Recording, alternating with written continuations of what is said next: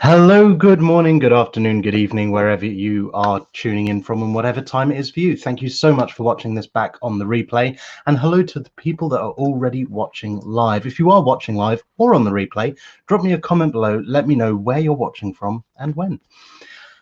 Good morning. This episode is all about the curse of knowledge.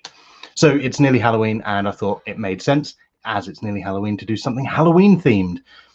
But spooky, scary, Halloween themed stuff and cognitive biases don't necessarily go in hand all that well, but there is always the curse of knowledge. And if I say it like that, it might sound a little bit more like it's actually something scary, but it's not.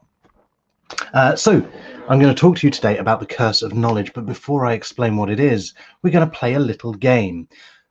But for this game to really work, I need to know that there are people out there that can interact with the videos. So drop me a comment below, say good morning. It'd be great to know that you're out there watching. You don't have to participate in the game, but it would be much better if there's some people to join in with this game. In the meantime, while I'm waiting, there we go. I've got one person. It's a bit of a lonely game. I can see there's more people watching. They are obviously too busy to comment, though. So we'll play the game in a minute once there's a few more people tuned in. So before that, I'm going to talk a little bit more about the curse of knowledge. This is something that you'll see particularly in tutoring. So the curse of knowledge. Good morning, Facebook user. I'm guessing that's probably Zoe, but who knows? Okay, that's enough people. There's only a couple, but let's play this game.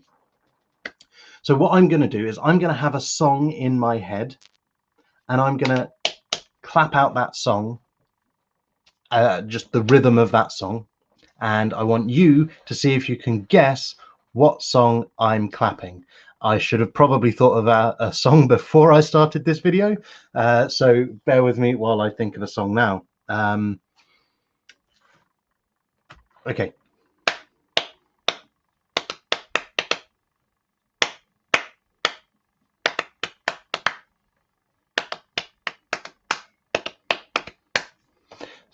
So let me know in the comments, and this is a bit ridiculous. Let me know in the comments if you can name that song. I'll do it one more time.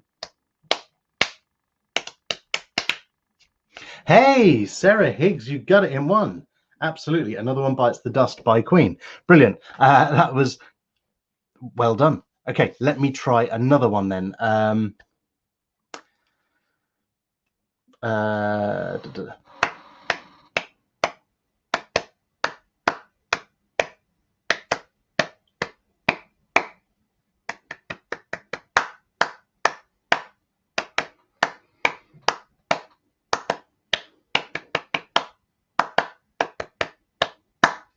Now, I reckon no one's going to get that. So yes, Facebook user also got the correct answer. So it is indeed Another One Bites the Dust by Queen was the first one. But what was that second one? Now, I reckon no one's going to be able to get that second one at all. So one of the reasons why the first one worked, Another One Bites the Dust, is because that song is very much associated with its rhythm. Dum, dum, dum, da-dum, dum, dum, da-dum. Even if there's no tune there, is really easy. Yes, you did misname that tune, Chisholm. Don't worry, I'll do another one just for you. So James and anyone else that wants to answer, can you name this song?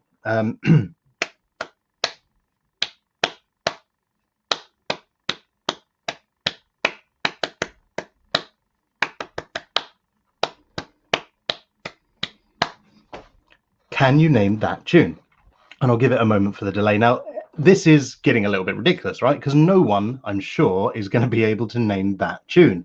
But give it a try anyway. So no one got the last one, the one just before that, and no one's getting the one that I just did for James Chisholm. So let me know in the comments that you can't get it, to make sure that I'm not just that it's not just because of a delay in the comments, and I'll explain why you can't get it and why on earth I'm doing this. Reach by S Club 7, James Chisholm. It was not Reach by S Club 7. But I can see why you guessed that, because I know it's your favorite song and I associate it with you. Yep, and Sarah didn't get it either. So it was actually the Barney theme tune. I love you, you love me, let's kill. Yeah, anyway. Which of course is James Chisholm's theme tune, if anyone's wondering. So why am I doing this? You thought you could get the last one. What did you think it was? So the reason that I'm doing this is because in my head, as I clap that out, this old man is a good guess, but no, it wasn't. Yeah, Jingle Bells. I love you, you love me. It's just the same rhythm. You should have got your own theme tune, yes, but you didn't. Okay, so why on earth am I doing this and sitting here clapping tunes that you're never going to be able to guess? Because in my head, as I clap that out, or as I tap it out, I can hear the tune, I can hear the rhythm, and I can hear so much more to it than you hear, because all you hear is the... But in my head, I'm playing along and probably singing along.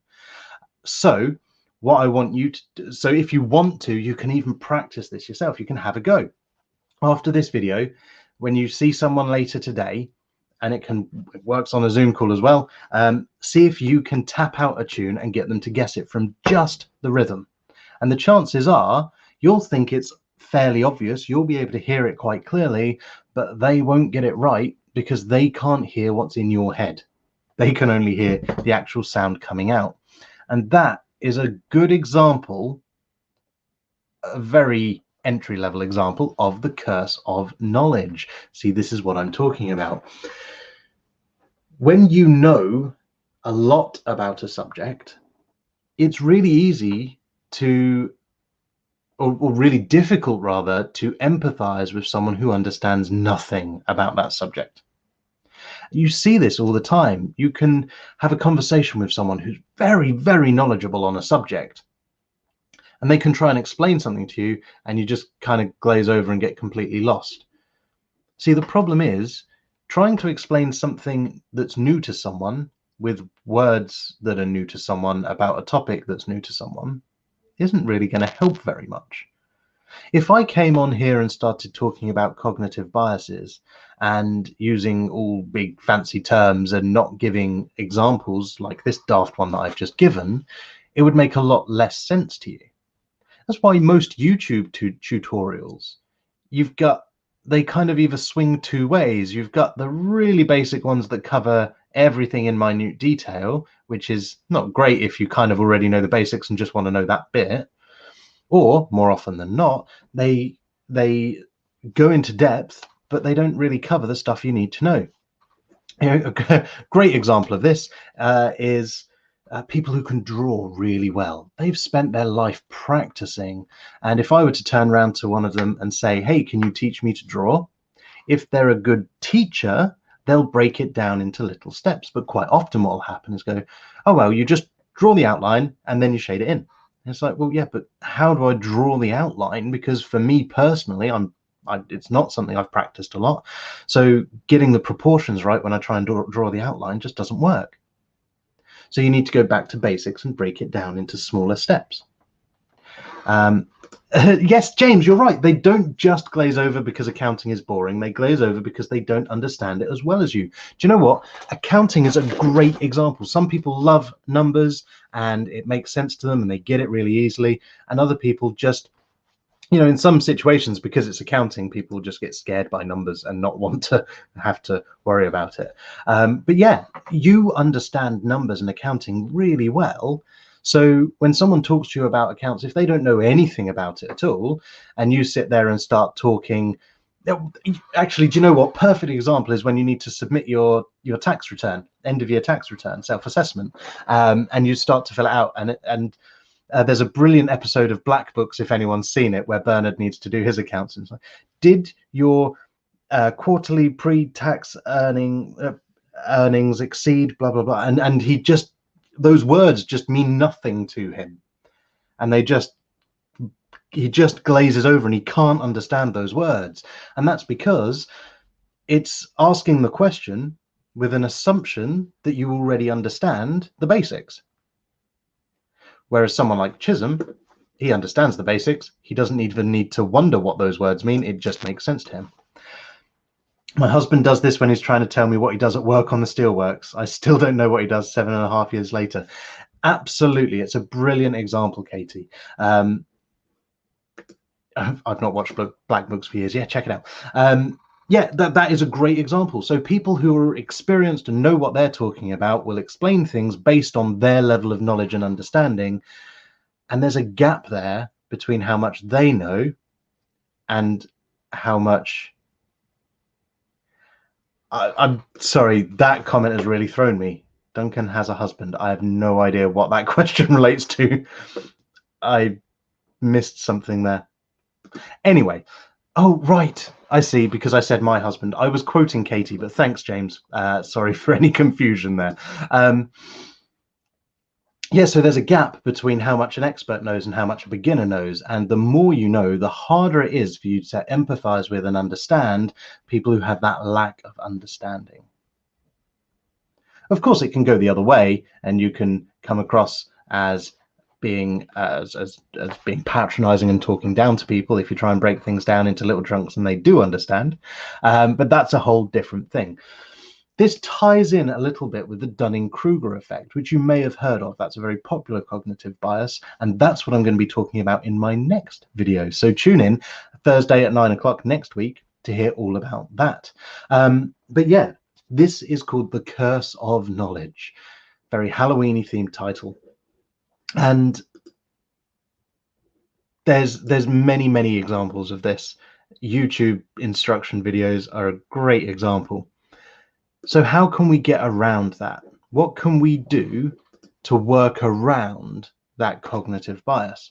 Well, it really is the same with all of them that I've mentioned so far. Being aware of it is the first step. Knowing and recognizing that it is a bias and that we all have a tendency to think and work this way means that you can at least begin to allow for and make allowances for. Now, that could be that you're in a place where you can actually break that down for someone and explain it better because you understand how. Or it could be that the gap there is difficult for you to bridge because you just don't understand and can't see that perspective of someone else. And so if that's the case, then being aware of this bias at least allows you to recognize that that bias is there, and hopefully as a result get a little bit less frustrated with, for example, your other half and their inability to explain something in terms that you understand. Don't worry, I definitely don't have a husband. I love that that's where the comments are focusing. So does anyone have any questions about the curse of knowledge and how that works, what it's all about? Or any other great examples you'd like to share? I'd be more than happy to hear them. If you are an expert in your field, like James Chisholm with accounting, for example, and you're looking to promote your business better, because I know there's a number of business owners that watch my stuff, then one of the best things you can do is think about what are the most basic things that, you know, those stupid questions, those things that you just take for granted. Surely everyone knows that. Actually, not everyone does.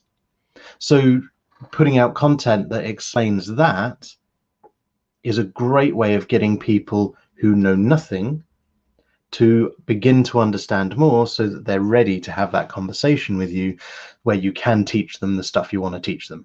So, you know, James, you putting out videos on the absolute basics of accounting and what the different definitions and words mean, and then that way, when you're having a conversation, you don't need to explain all of the detail because you can point people back to that stuff that you've already put out to help them understand.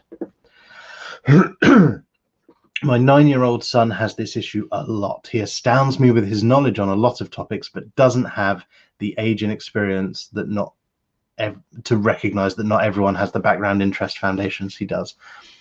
And that is a brilliant example. An absolutely fantastic example. And so, yeah, a really fun game, if you've got kids, and particularly kids that struggle with this, like your 9-year-old example that you're giving me there, one of the greatest things that you can do is turn that into a game, and that creates a really fun interaction between you and your kids, and also helps them to learn. So a great way I've seen someone do this is take pen and paper and ask the kids to write down step by step an idiot's guide to making a peanut butter sandwich. Okay, and then get them to go and write that down, and then take that list. And it's even more fun if you've got more than one kid, because you can they can compete against each other a little bit. And take that list and then make a peanut butter sandwich using their instructions, but forget that you know anything about making a sandwich and pretend like you're a complete beginner and take every single word for granted. So when they say take the knife, don't assume that you're going to hold the knife by the handle, just take the knife. When they say take the jar of peanut butter, take the jar of peanut butter. Hopefully they'll tell you to remove the lid. But the first time they probably won't think of that. They'll just tell you to scoop the peanut butter. So you struggle to do it. You won't be able to because the lid's still on. And then get them to go away and rewrite it and rewrite it and rewrite it until they can write the perfect explanation for a complete beginner on how to make a sandwich. The process of doing that can be really fun and really silly. You'll end up making a mess and spreading peanut butter on like the side of the bread because they didn't specify what they meant, and they say the top, and for some people the top of the bread is clearly this. For other people, they may consider this to be the top of the bread. So just deliberately interpret it wrong as well to make sure that they're clarifying stuff. And it can be quite an entertaining and interesting experience for you as an adult joining in with that as well, to think about how different people's minds work and to practice experiencing things as a complete beginner. Give it a try. You may find the results of that interesting. I absolutely zone out when people talk in language I don't understand about a subject I don't know, unless I'm really interested. But my brother on engineering, for example, oh my God. Yeah. Yeah, absolutely. That's the perfect example. See, when you want to explain something really well, if you want someone to really understand something, the best thing to do is to use something they already know and relate that to the thing that you're teaching them. This is why I use metaphors and examples so much. This is why in this video I've used the example of me tapping out a tune and you not being able to tell what it is, because you know what a tune is. You understand that when you tap out a tune, you hear it in your head, or most people do. There are exceptions. And you understand what it's like when someone is trying to explain something and you just don't get it. So if I can present those things that you already know, but put them together in a new way to help explain a new concept, you're going to understand the new concept much better. There's no point me trying to teach you something that you don't know with stuff that you don't know. I need to equate it to something you do know. Metaphors and stories. This is why we love stories. It makes it so much easier. I'm going to have to share this video with him. He will love it. Please do. Yeah, absolutely. Share it away. Recently, when someone was explaining something to me that they knew I already, sorry, I'm trying to read that comment, that I already had a little knowledge of, I asked them to assume I knew nothing so I didn't miss any important details. Absolutely. Yeah, that is a great thing to do. Get people to dumb things down and assume you know nothing, because it's better that way than missing something and not realizing you're missing it because you don't know what you don't know. They also don't know what you don't know. Not sure what that link is, but thank you very much for sharing it. I'll check it out afterwards. Anyone watching the comments, enjoy. Maybe let me know what the link is. I remember doing that at school. Oh, the sandwich thing. Excellent. Great. I've actually never done it. It sounds like a really fun idea though. And I think I may have to do that soon. But yeah, give it a go. Okay. Thank you everyone for watching. I hope you've enjoyed today's video. And if you haven't already, by all means, check out all of my other videos. You can do that on YouTube. Just head to YouTube and search Mind Affinity. Or if you're watching this on Facebook, find my page. Again, Mind Affinity. Hard to remember. Where you can find a playlist that's got all of my cognitive bias videos available to check out. And if you want more, head to mindaffinity.co.uk/contact. You can even sign up to get Monkey Cool. So this is Bananas, for those who don't know him. There we go. This is Bananas. He is my Mind Affinity monkey mascot, and every Sunday he sends out a burst of primate positivity directly to your inbox. So head to mindaffinity.co.uk/contact, and you can sign up to receive that too. Right. So that YouTube link here is a video of the dad doing the sandwich thing. Now you don't need to use that example. It could be anything. Maybe you ask for instructions on how to make a car out of Lego, and then you do that wrong. Literally do it as they've explained. But yeah, making a sandwich is a good one. Plus, you make a little bit of mess. It's easy enough to clean up, but kids love making a little bit of mess, especially if mum or dad's doing something silly in the process. So yeah, there we go. That is the curse of knowledge. That's what it's all about. The simplest way around it is to assume that people know nothing and to be aware of it. And certainly, if nothing else, be aware that when people are just blabbering and you don't understand it, it's not their fault. They don't realize that they're explaining things in a way you're not going to understand. Equally, if someone's not understanding you, it doesn't mean they're stupid. Don't get frustrated with them for not understanding. Think differently about how you could maybe explain some of the basics more. And of course, with the experiment I suggested, you get a sandwich out of it at the end as well. So that sounds good fun. But if that's the video that I think I've seen before, I'm not sure you'd want to eat some of the sandwiches that get created that way. Cool. So that's it from me. Thank you very much. And I look forward to seeing you all, if not before, next Thursday. Or maybe you'll join me next Wednesday evening for Relax Club, a chance to really look after yourself and make self-care easy. Thanks very much for watching. Have an amazing day, and I'll see you all soon.